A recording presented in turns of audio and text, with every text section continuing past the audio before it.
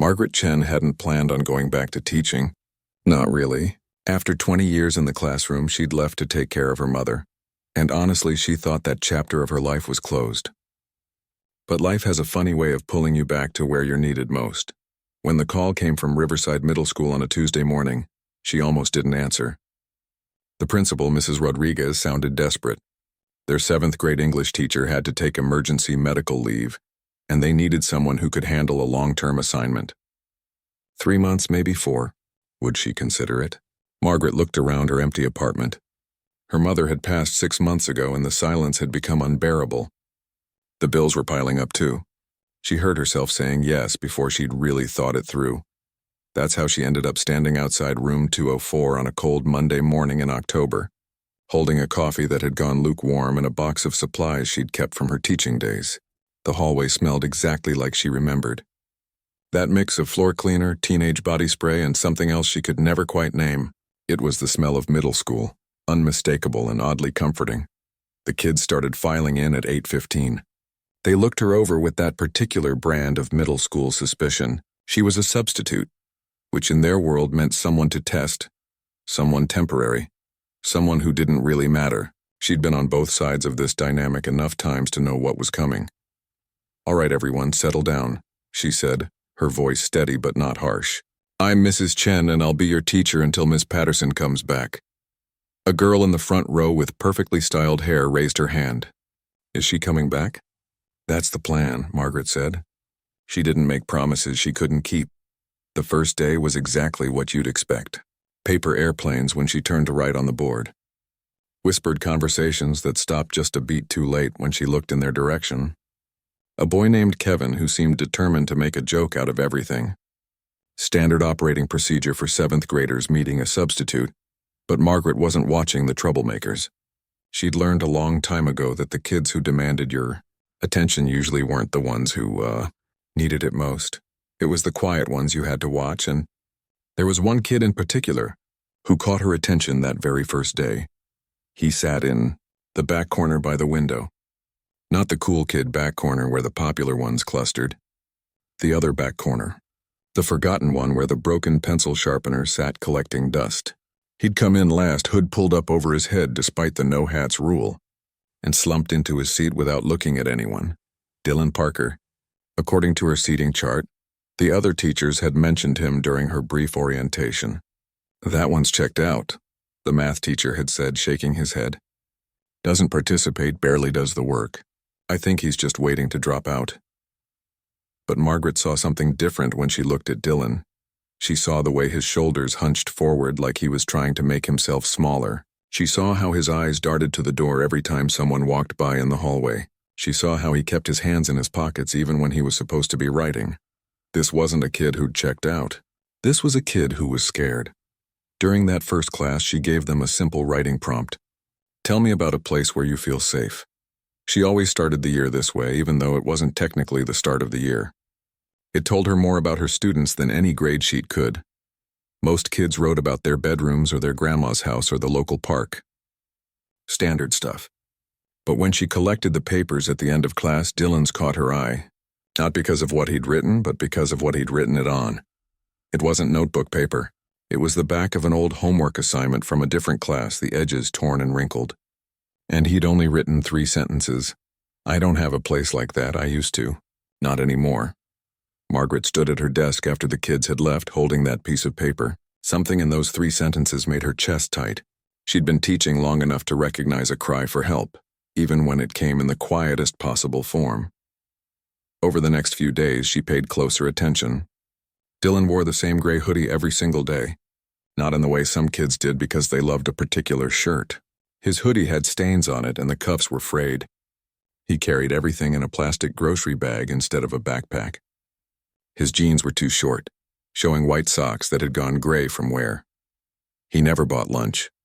On the second day, she watched him in the cafeteria during her duty period. He sat alone at the end of a table, eating a small bag of chips. Just chips. That was his lunch. The third day, same thing. A granola bar this time. The fourth day, nothing at all. He just sat there, arms folded on the table, head down. Margaret couldn't stop thinking about him. That night lying in bed, she kept seeing that hunched figure in the back corner. She'd seen struggling kids before. Plenty of them. Kids with learning disabilities or family problems or just normal teenage angst. But this felt different. This felt urgent in a way she couldn't quite explain. On Friday of that first week, she asked him to stay after class for a moment. The panic that flashed across his face nearly broke her heart. "You're not in trouble," she said quickly. "I just wanted to check in. See how you're doing with the material." He mumbled something about being fine, eyes fixed on the floor. "Dylan," she said gently, "look at me for just a second." When he finally raised his eyes, she saw it clearly. That look. She'd seen it before years ago in another student. It was the look of someone carrying weight no kid should have to carry. "If you ever need anything," she said, "I'm here. Okay? Not just for English class. For anything." He nodded once, quick and jerky, then practically ran from the room. Margaret sat down at her desk and pulled out Dylan's file. She had a feeling this substitute position was going to be more complicated than she'd signed up for. But as she read through the sparse information in front of her, she also had a feeling she was exactly where she was supposed to be. Margaret spent her weekend thinking about Dylan Parker more than she probably should have. She told herself it was just normal teacher concern, but deep down she knew it was more than that. Something about that kid reminded her why she'd fallen in love with teaching in the first place. Monday morning came, and she arrived at school earlier than usual. She'd stopped at the grocery store on her way and picked up a box of granola bars and some juice boxes. Nothing fancy. She put them in her desk drawer, trying to make it look casual, like they'd just been there all along. Dylan was the first student to arrive that day. That surprised her. He shuffled in at 7:45, 15 minutes before class started. He looked startled to see her there. "Morning," she said, not making a big deal of it. "You're here early." He mumbled something and headed to his corner seat. But instead of sitting down right away, he just stood there for a moment, looking around the room like he was checking to make sure everything was still in place. Then Margaret noticed something. He had his plastic grocery bag with him like always, but he was also carrying something else. A rolled-up sleeping bag. Her heart sank. He shoved it under his desk quickly when he saw her looking, then sat down and pulled out a crumpled piece of paper, pretending to read it. But his hands were shaking. Margaret went back to organizing her desk, giving him space. She understood now why he came early. The classroom was warm. It was safe. It was somewhere to be. As the other students filtered in over the next 20 minutes, she watched how Dylan changed. His shoulders got tighter. His head went down. By the time the bell rang, he'd pulled his hood up and disappeared into himself completely. That day's lesson was on descriptive writing. She had them work on describing a person without using obvious physical features. Focus on mannerisms, she told them. The way someone moves, the things they do when they think no one's watching. Dylan actually wrote something. Not much, but more than usual. When she walked around the room, pretending to check on everyone's progress, she glanced at his paper. He'd written about someone who looks over their shoulder all the time, like they're expecting something bad to happen. The observation cut deeper than he probably realized. During lunch that day, Margaret didn't have cafeteria duty, but she went anyway. She spotted Dylan at his usual table. Today he had a small bag of pretzels. He ate them slowly, one at a time, making them last. She noticed something else too. When he got up to throw away his trash, he walked past the food line, and his eyes lingered on the hot lunch counter. The look on his face made everything click into place. He was hungry. Really hungry. After school, she stayed late setting up what she called a homework club. She sent out an email to all her students saying anyone could come work in her classroom after school if they needed a quiet place to study. Free snacks provided. She didn't expect anyone to show up that first day. Most kids wanted to get as far from school as possible once that final bell rang. But at 3:30, Dylan appeared in her doorway. "Is this still open?" he asked, so quietly she almost didn't hear him. "Of course," she said, trying to keep her voice casual. "Grab a seat wherever you want." He sat down and she pushed a basket of snacks toward the center table where he was working. Granola bars, crackers, string cheese she'd bought with her own money. She went back to grading papers at her desk, giving him privacy. 45 minutes later, she glanced up. The basket was significantly lighter, and Dylan had a small pile of completed homework in front of him. But more importantly, some of the tension had left his shoulders. This became their routine. Every day, Dylan showed up to her classroom early. Every afternoon, he stayed late for homework club. Slowly, over the next couple of weeks, Margaret started to piece together his story. She noticed the bruises first. On a Wednesday morning, when he reached up to adjust his hood, his sleeve fell back. There were marks on his wrist.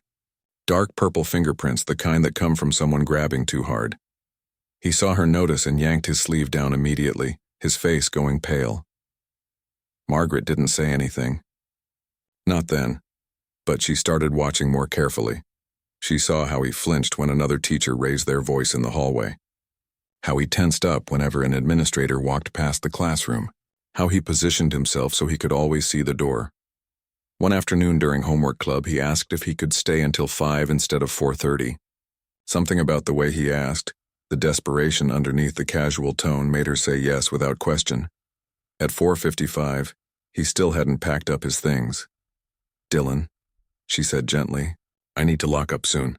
Can I just stay 5 more minutes?" His voice cracked slightly. "Please?" Margaret sat down across from him. "What's going on?" "Nothing. I like it here. It's quiet. Where do you go after this?" He looked down at his hands. "Home." The way he said it made home sound like the last place on earth he wanted to be. "Does home feel safe?" she asked, keeping her voice soft. His silence was answer enough. Over the next few days, Margaret started noticing other things. Dylan's homework was always complete, but it was written on whatever he could find. Napkins from fast food restaurants, the backs of old worksheets, once on the inside of a flattened cardboard box. She started leaving notebooks on her desk. The cheap spiral-bound kind from the dollar store. By the end of the week, they'd disappear and Dylan would start using them. He never said thank you, but she didn't need him to. The fact that he took them was enough. Then came the day that changed everything. It was a Friday afternoon. Homework club had just 3 kids that day, including Dylan. Margaret was at her desk when she heard one of the other students, a girl named Ashley, whisper loudly to her friend, "Oh my God, is that Dylan's dad?" Margaret looked up. Through the classroom window, she could see into the parking lot. There was a beat-up sedan parked in the far corner, tucked behind the dumpsters. And there was someone sitting in the driver's seat. Dylan had gone completely rigid. His face was white. "I need to go," he said suddenly, shoving his things into his plastic bag. "Dylan, wait." But he was already gone, practically running from the room. Margaret watched through the window. Dylan approached the car slowly, his whole body language screaming reluctance. She couldn't see inside the vehicle from this angle, but she could see Dylan get in the passenger seat. The car didn't move. She stood there for a long moment, debating. Then she made a decision. She walked out to the parking lot, approaching the car casually, like she just happened to be heading to her own vehicle. As she got closer, she could see more clearly. The back seat was filled with clothes, blankets, and boxes. The windows had that foggy look that comes from people breathing in an enclosed space for too long. They were living in that car. Dylan saw her coming, and his eyes went wide with panic. She caught a glimpse of the man in the driver's seat. He looked tired. More than tired. Exhausted in a way that went bone deep. Margaret walked past without stopping, got in her own car, and sat there for a long moment, her hands gripping the steering wheel. She'd suspected things were bad. But this was worse than she'd imagined. That weekend, she barely slept. She kept thinking about Dylan in that car, about cold October nights that would only get colder, about a kid trying to do homework by the dome light of a sedan, about a father so broken by circumstance that he couldn't provide the most basic security for his child. By Monday morning, Margaret knew what she had to do. But she also knew she had to be careful. One wrong move and Dylan could end up somewhere even worse. Or his father could run, taking Dylan with him, and they'd disappear into the system completely. She needed a plan, and she needed to earn Dylan's trust enough that he'd let her help. As she pulled into the school parking lot that Monday morning, she saw the sedan in the same spot. Dylan was sitting in the front seat, waiting for the doors to unlock so he could come inside. This was about to get complicated. But Margaret had never backed down from complicated before, and she wasn't about to start now. Margaret spent the first part of Monday morning trying to act normal, which was harder than it should have been. Every time she looked at Dylan sitting in the back corner, all she could see was that car in the parking lot. The fogged windows. The piles of belongings crammed in the back seat. A kid living like that while trying to keep up with 7th grade English. She needed to help him. But she also knew that charging in with all the authority of a mandated reporter could make things worse. She'd seen it happen before. Family gets reported, kid gets pulled from school, disappears into the foster system, and nobody wins. She needed Dylan to trust her first. So she waited. During class, she assigned a creative writing project. Write a story about a character facing a difficult situation. It could be realistic or fantasy, serious or funny. The only requirement was that it had to be at least 2 pages. Most kids groaned. Dylan just pulled out one of the notebooks she'd left for him and started writing. That afternoon, homework club had become more popular. Word had gotten around that Mrs. Chen had free snacks and didn't ask questions. 6 kids showed up, including Dylan. Margaret had learned to read Dylan's moods by now. Today he seemed more tense than usual. He sat in his corner, hunched over his notebook, writing furiously. Every few minutes he'd stop and just stare at the page. The other kids left around 4:30. Dylan stayed. At 5 o'clock, Margaret started packing up her things. "Dylan, I need to head out soon. Can I ask you something?" His voice was so quiet she almost missed it. "Of course, that writing assignment. Does it have to be made up? Or can it be based on real stuff?" Margaret set down the papers she'd been holding. This was important. It can be based on real experiences. Sometimes the best stories come from real life. He nodded slowly, not looking at her. "What if the stuff is kind of bad? Bad how?" "Just bad. Like stuff that might get someone in trouble if people knew about it." Margaret pulled out a chair and sat down, but not too close. She'd learned to give Dylan his space. "Dylan, if you're writing about something real and that something involves someone getting hurt, I might have to tell other adults about it. That's part of my job, but I promise you, if we need to have that conversation, we'll have it together first. I won't go behind your back." He was quiet for a long time. Then he pushed his notebook across the table toward her. "Can you just read it, and then tell me what you think?" Margaret picked up the notebook. Her hands were steadier than her heartbeat. "I'll read it tonight. Is that okay?" "Yeah, just don't show anyone else yet, please." "I won't. I promise." He grabbed his plastic bag and left quickly, like he was afraid he might change his mind. That night, Margaret sat at her kitchen table with a cup of tea she forgot to drink and read Dylan's story. It was written in that cramped handwriting she'd come to recognize, filling 4 pages front and back. It was about a boy named Jake whose mom had left one day and never came back. Jake's dad lost his job at the factory. They couldn't pay rent anymore. They had to leave their apartment and move into their car. Jake's dad tried to hide it from the school, tried to keep things normal, but he was falling apart. He'd get angry about small things. Sometimes he'd grab Jake's arm too hard when he was upset. Sometimes he wouldn't eat for days so Jake could have more food.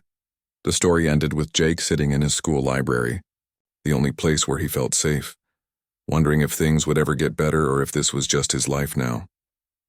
Margaret read it 3 times. Then she sat there in her quiet apartment and cried, not because the writing was sad, though it was, but because Dylan had trusted her enough to hand her this piece of himself. The next morning, she got to school an hour early.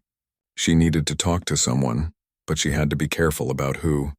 She found the school counselor, Mr. Thompson, in his office. "I need to talk to you about a student," she said, "but I need to know that we're going to handle this carefully." Mr. Thompson had been at Riverside for 15 years. He'd seen everything. "Tell me what's going on." Margaret explained everything. The bruises, the plastic bag instead of a backpack, the car in the parking lot, the story Dylan had written. "We have to report this," Mr. Thompson said immediately. "That's mandatory, I know. But I also know that if we just call CPS without a plan, Dylan and his dad might run, and then we've lost any chance to actually help them." "What are you suggesting?" "I'm suggesting we bring in the principal, contact CPS, but also reach out to every resource we can think of. Homeless services, job programs, mental health services. Let's build a safety net before we pull them out of that car, because right now that car is the only thing they have." Mr. Thompson leaned back in his chair. "You know that's not how it usually works." "I know. But usual isn't working for Dylan. Can we try something different?" He was quiet for a moment. Then he nodded. "Let me talk to Principal Rodriguez. But Margaret, if that kid is being hurt, I know. And if he's in immediate danger, we act immediately. But right now, I think he's in danger of falling through the cracks entirely, and I think we can stop that." By lunchtime, Margaret, Mr. Thompson, and Principal Rodriguez were sitting in her office with a list of phone numbers and a plan. That afternoon, Dylan showed up to homework club looking like he hadn't slept. He sat down without making eye contact. "I read your story," Margaret said quietly. His whole body tensed. And I think Jake is very brave for surviving what he's been through. I also think he deserves help. It's just a story. Dylan, look at me." She waited until he did. "We both know it's not just a story." His eyes filled with tears. "You said you wouldn't tell anyone." "I said I wouldn't go behind your back. And I'm not. I'm talking to you first, like I promised. I don't want to go into foster care. My dad isn't a bad person. He's just... things got hard. It's not his fault." "I know," Margaret said gently. "And I'm not trying to take you away from your dad." "I'm trying to help both of you. But I can't do that if we keep pretending everything is fine. If you call those people, they'll separate us. That's what happens. Not always. Sometimes with the right support, families stay together. But Dylan, you can't keep living in that car. It's November now. It's getting colder. And those bruises on your wrist..." "He doesn't mean it," Dylan said quickly. "He just gets frustrated sometimes. He never really hurts me." Margaret had heard this before. The desperate need to defend the parent, even when the parent was failing. Even when staying meant more pain. "I believe your dad loves you," she said. "And I believe he's doing the best he can. But he needs help too. And you both deserve better than this." Dylan was crying now, quiet tears running down his face. What if calling for help makes everything worse? What if it makes everything better? They sat in silence for a long moment. Finally, Dylan wiped his face with his sleeve. "If I let you help, if I tell them the truth, do you promise you'll still be here? You won't just hand me off to some social worker and disappear? I promise. I'm here until Ms. Patterson comes back, which won't be for at least 2 more months. And even after that, I'm not going anywhere. You have my word." He nodded slowly. "Okay, what do we do? First, we talk to Mr. Thompson and Principal Rodriguez. Together. Then we figure out the next steps. But Dylan, I need to ask you something important. Do you feel safe going home tonight?" The question hung in the air. "I don't know anymore," he whispered. "Sometimes yes. Sometimes no. Has your dad ever hurt you badly? Beyond grabbing your wrist?" "He pushed me once. Into the car door. But I was okay." Margaret's chest tightened. "Okay, here's what we're going to do. We're going to get you someplace safe tonight while we figure this out. And we're going to get your dad help too. Real help. Not just a phone number, but actual support. Does that sound okay? What about school? I can't miss school." Of course that's what he was worried about. This kid who was living in a car and being hurt by his own father was worried about missing class. "You won't miss school. I'll make sure of it." They spent the next hour in Principal Rodriguez's office. Dylan told his story, halting and quiet while Margaret sat beside him. He told them about the eviction 6 months ago, about living in different parking lots trying not to get noticed, about his dad's depression and anger, about the days when there wasn't enough food, about being scared and tired and not knowing what to do.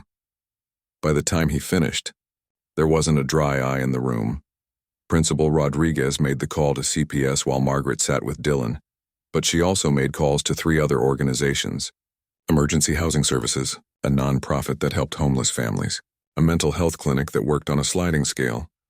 When the social worker arrived 2 hours later, she didn't come alone. She came with a case manager from Family Promise and a housing coordinator from Catholic Charities.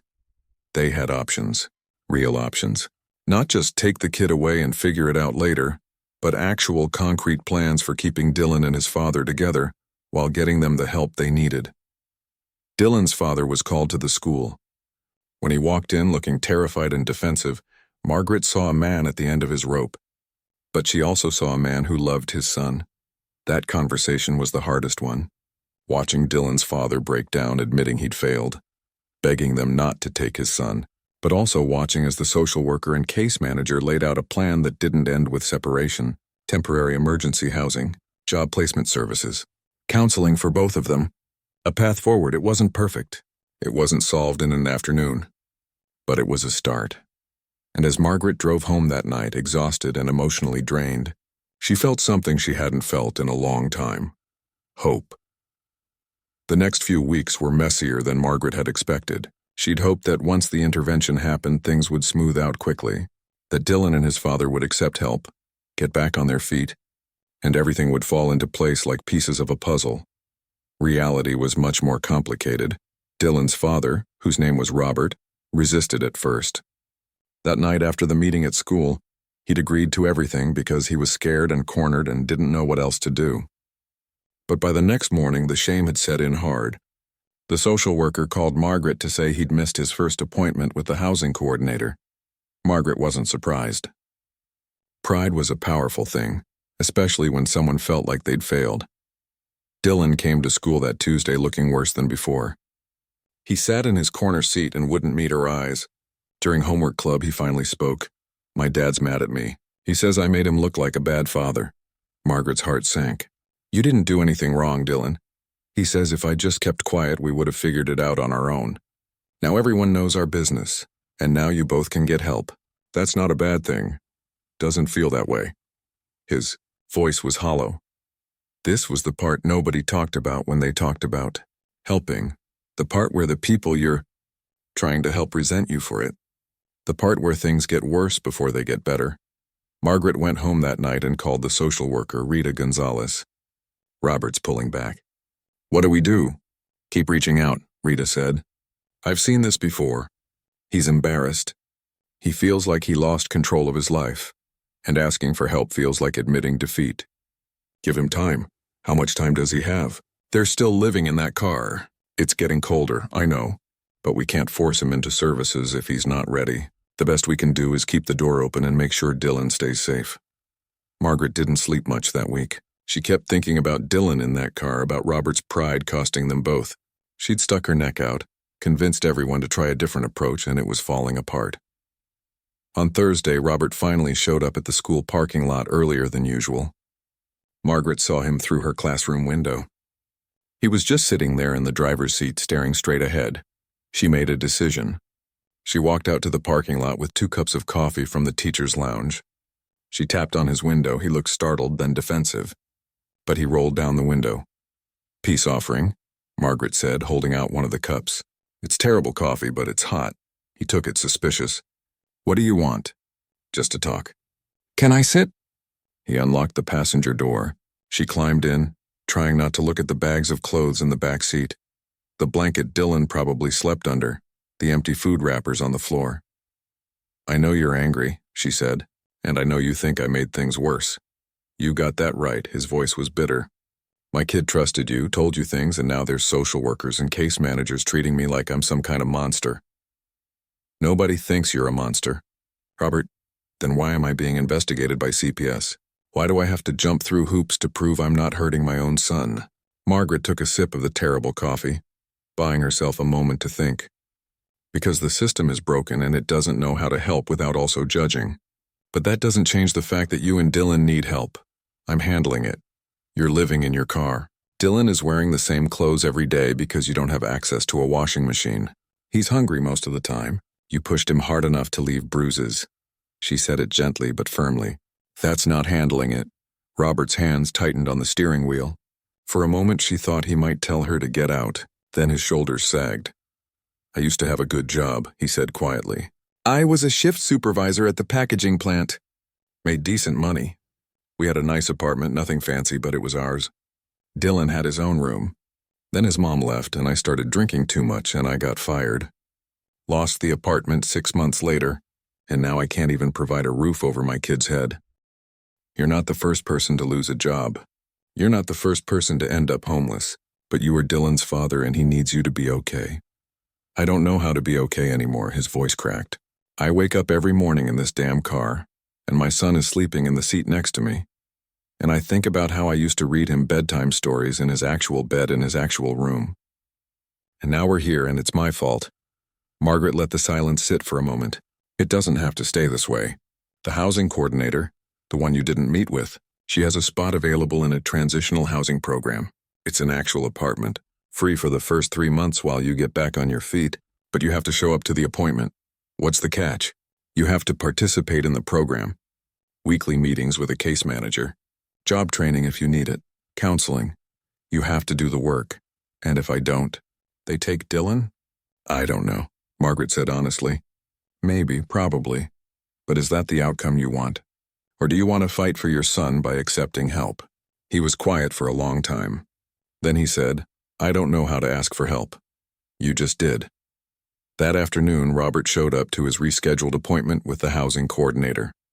Margaret didn't go with him, but Dylan told her about it the next day during homework club. They're going to give us an apartment, Dylan said, and for the first time in weeks there was something like hope in his voice, like an actual apartment with 2 bedrooms and a kitchen and everything. We can move in next week if my dad does all the paperwork. That's wonderful, Dylan. He has to go to counseling, though, and job training. He doesn't want to do that part, but he's going to. He said he'll try. For me. Dylan looked down at his hands. I didn't think anyone would actually help us.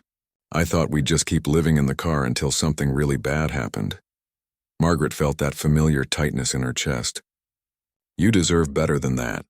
You both do. The following week moved fast. Robert got the paperwork submitted. The apartment was approved. Family Promise provided basic furniture and dishes. The school set Dylan up with a locker so he didn't have to carry everything in a plastic bag. Mr. Thompson arranged for Dylan to meet with the school counselor twice a week. On moving day, Margaret showed up at the apartment with bags of groceries. She told herself she was just checking in, but really she wanted to see it. Wanted to see Dylan somewhere that wasn't that car. The apartment was small but clean. 2 tiny bedrooms, a bathroom with actual hot water, a kitchen with a working stove. Dylan kept walking from room to room like he couldn't believe it was real. Which room do you want? Robert asked him. Dylan pointed to the smaller one. That one's good. You can have the bigger one. You're a growing kid. No, this one's perfect. Dylan stood in the doorway of the smaller room just looking at it. I can put my bed right here by the window. Margaret helped them put away groceries while Robert assembled a bed frame donated by the church down the street. It wasn't fancy. The furniture was all secondhand. The walls needed painting, but it was warm and safe and permanent, at least for now. That night, Dylan sent Margaret a text from a phone the case manager had helped Robert get. Just 3 words. Thank you, Mrs. Chen. She sat on her couch and cried again. But this time they were different tears. The weeks that followed weren't perfect. Robert struggled with counseling, frequently wanting to quit. He got a job stocking shelves at a grocery store, but the pay was low and the hours were long. Some days his depression was so bad he could barely get out of bed. But slowly, gradually, things started to shift. Dylan started gaining weight. The dark circles under his eyes faded. He traded in his ratty hoodie for a thrift store jacket that actually fit. He even smiled occasionally, which was something Margaret realized she'd almost never seen before. His grades improved too. Without the constant stress of survival, he could actually focus on schoolwork. He joined the after-school writing club and submitted a piece to the school literary magazine. Robert made it to his counseling appointments, even when he didn't want to. He took on extra shifts when they were offered. He started talking to other parents at school events, slowly rebuilding his sense of dignity. It wasn't a fairy tale transformation. There were still bad days. There was still therapy and case manager check-ins and paperwork and stress, but there was also stability. There was hope. One afternoon in early December, Dylan stayed after homework club to talk to Margaret. I need to tell you something, he said. That day I gave you my story, the one about Jake. I almost didn't. I was so scared you'd think I was a bad kid or that my dad was a bad person. And part of me thought it would be easier to just keep pretending everything was fine. Why did you give it to me? Because I was tired. And because you were the first person who looked at me and actually saw me, not the quiet kid in the back. Not the one who was falling through the cracks, me. Margaret's throat tightened. You were never invisible, Dylan. You just needed someone to look closely enough. Well, I'm glad you did. We both are. As winter break approached, Margaret realized her time at Riverside Middle School was almost up. Ms. Patterson would be returning in January. This substitute position that was supposed to be temporary was coming to an end. But what she'd done here, what Dylan and Robert had done, that wasn't temporary. That was permanent change, the kind that mattered. And as she packed up her classroom on the last day before break, she thought about how sometimes you end up exactly where you're supposed to be, even when you didn't plan it that way. January came too. Fast Margaret spent the week before. Ms. Patterson's return preparing the classroom for her colleagues. arrival and trying not to think about how much she'd miss seeing Dylan every day. She told herself it was normal to feel attached to students, especially ones you'd helped through difficult situations. But this felt different. On Monday of that final week, Dylan showed up to class wearing new jeans and a clean shirt. His hair was cut. He had a real backpack, not expensive but sturdy. He looked like a completely different kid from the one who'd shuffled into room 204 4 months ago. "Looking sharp," Margaret said as he passed her desk. He smiled, genuinely smiled, and headed to his seat. Not the back corner anymore. He'd moved up a few rows on his own about a month ago. During class, she had them do a reflection exercise. Write about how you've changed since September. Most kids wrote generic things about making new friends or learning something new. But when Dylan handed in his paper at the end of class, Margaret felt that familiar tightness in her chest. He'd written about finding his voice, about learning that asking for help wasn't weakness, about discovering that teachers could be safe people, and that home could mean something good again. He ended with a line that stayed with her. "I used to think being invisible meant being safe. Now I know being seen means being alive." That afternoon, homework club was crowded. The program had grown significantly since she'd started it. What began as a way to help Dylan had become something the whole school used. Kids who needed a quiet place to work, kids who needed snacks, kids who just needed somewhere to be after school. Mr. Thompson had already told her they'd keep it going after she left. They'd found another teacher to supervise it, but Margaret knew it wouldn't be quite the same. As the week went on, saying goodbye got harder. Other students made her cards. A few gave her small gifts, candy, and homemade bookmarks. It was sweet and sad at the same time. On Wednesday, Robert showed up after school. He knocked on her classroom door hesitantly, like he wasn't sure he was allowed to be there. "Can I talk to you for a minute?" he asked. "Of course. Come in." He stood awkwardly in the doorway, looking uncomfortable. He'd put on some healthy weight. His clothes were clean. His eyes were clearer than they'd been in the parking lot that day. "I wanted to thank you," he said, "before you leave. I know I gave you a hard time at first. And I know there were days I made things harder than they needed to be. You were scared. I understood that. Yeah, but you stuck with it anyway. You stuck with Dylan. You stuck with me even when I didn't deserve it." He paused, choosing his words carefully. "I've been going to this support group for parents dealing with depression and stuff, and the counselor asked us to think about turning points, like moments when things could have gone one way or another, and I realized my turning point was you." Margaret felt tears threatening. "You did the hard part, Robert. I just opened a door. You're the one who walked through it. Still, if you hadn't opened it, if you hadn't pushed, I don't know where we'd be right now. Probably still in that car. Or worse." He pulled something out of his pocket. "Dylan wanted to give you this himself, but he's too embarrassed. He made you something. It was a bookmark, laminated with a drawing on it. A simple sketch of a teacher at a desk and a student at a table, with the words, 'Thank you for seeing me,' written at the bottom in Dylan's handwriting." Margaret took it, and the tears she'd been holding back finally fell. "Tell him I love it. Tell him I'm proud of him. I will. And Mrs. Chen, I got a promotion at work. Assistant manager. It's not much, but it means regular hours and a little more money. I'm going to be able to afford the apartment on my own when the program ends in a few months. Robert, that's wonderful." "Yeah," he smiled, a real smile that reached his eyes. "It feels good to have a plan again. To know we're going to be okay." After he left, Margaret sat at her desk holding that bookmark and thinking about how much can change in 4 months. How a kid who'd been invisible had become the center of an intervention that worked. How a father who'd been drowning had learned to ask for help. How a temporary substitute position had turned into something that mattered. Thursday was her second to last day. The students threw her an unofficial party during lunch, complete with store-bought cupcakes and a banner they'd made from notebook paper taped together. It was chaotic and sweet and exactly what 7th graders would do. Dylan hung back during the celebration, watching but not really participating. Margaret caught his eye and gave him a small smile. He nodded back, and in that moment she understood. He was giving her space with the other students, but he also had something he wanted to say privately. After the party ended and the other kids cleared out, Dylan approached her desk. "I wrote you something," he said. "For real this time, not a school assignment." He handed her a folded piece of paper. "Can you wait until you get home to read it? I don't want to be here when you do. Of course, and Mrs. Chen, Miss Patterson is nice and everything, but it won't be the same without you. You're going to do great with her. She's a good teacher, I know, but you're the one who saved my life." Before Margaret could respond, he'd grabbed his backpack and left quickly, like he was afraid of getting too emotional. That evening, Margaret sat at her kitchen table with a cup of tea and unfolded Dylan's letter. It was written in his careful handwriting on notebook paper front and back. "Dear Mrs. Chen," it began, "I'm not good at saying things out loud, so I'm writing this instead. Before you came to our school, I was pretty much done. Not like I was going to hurt myself or anything, but I'd stopped trying. What was the point? We were living in a car, my dad was falling apart, and I figured this was just how my life was going to be until I was old enough to run away or something. Then you showed up and started actually paying attention. At first I thought you were just nosy, but then I realized you really cared. You saw that I was hungry, that I was scared, that something was wrong.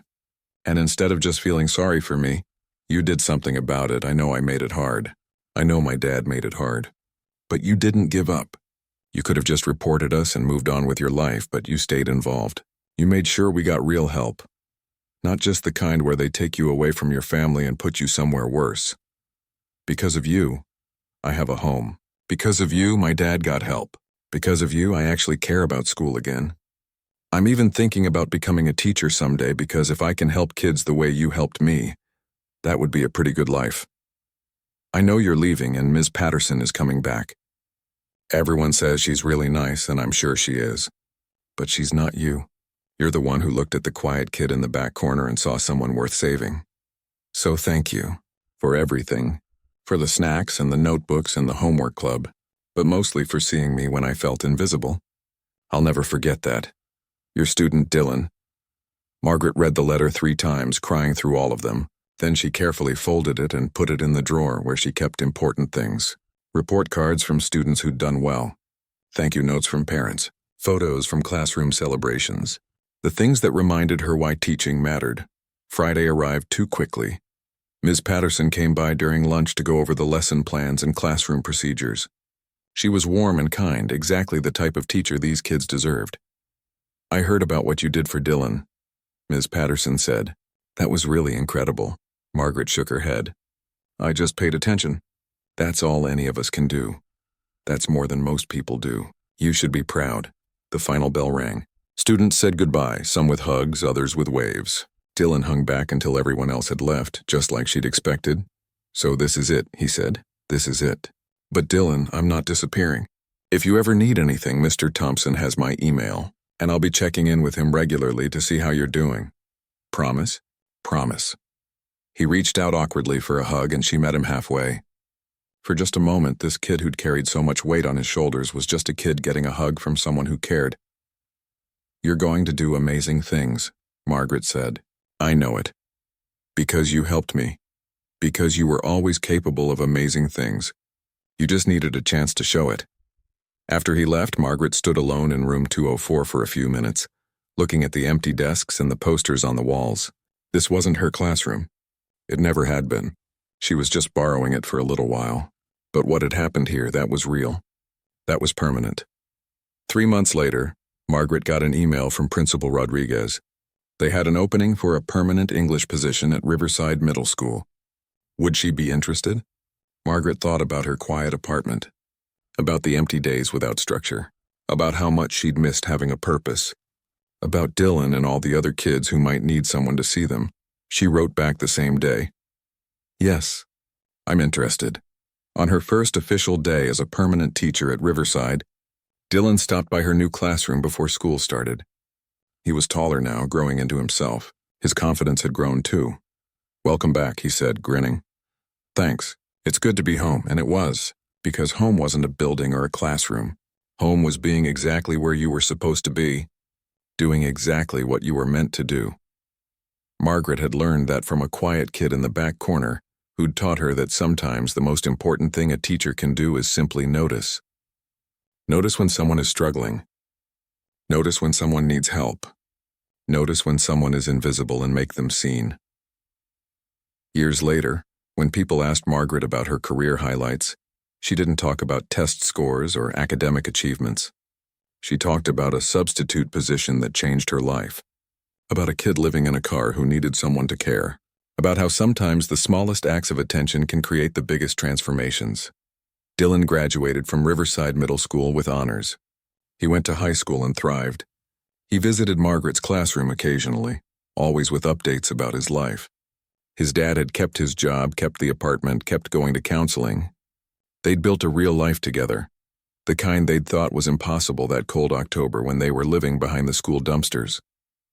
On Dylan's high school graduation day, Margaret sat in the audience as he walked across the stage. In his speech as class historian, he talked about teachers who changed lives. He didn't mention her by name, but he looked right at her when he said, "Sometimes the people who save you are the ones who simply refuse to look away." Margaret wiped her eyes and smiled. She thought about that first day in room 204, about a kid in a gray hoodie hiding in the back corner, about how close they'd come to missing each other entirely. But they hadn't missed each other. She'd looked closely enough to see past the silence and the withdrawal. She'd cared enough to act. And in doing so, she'd remembered why she became a teacher in the first place. Not to teach English or grammar or essay structure, but to see students, really see them, and to help them see themselves as worthy of being seen. That was the lesson Dylan had taught her. That was the gift they'd given each other, and that was the story of the substitute teacher who noticed what everyone else missed, not because she was special or extraordinary, but because she paid attention, because she cared, because she understood that sometimes the quietest students are screaming the loudest, if only someone would listen. Margaret carried that lesson with her for the rest of her career, and every time a new student sat in the back corner, quiet and withdrawn, she remembered Dylan. And she looked closer, because you never know whose life might depend on someone noticing what everyone else missed.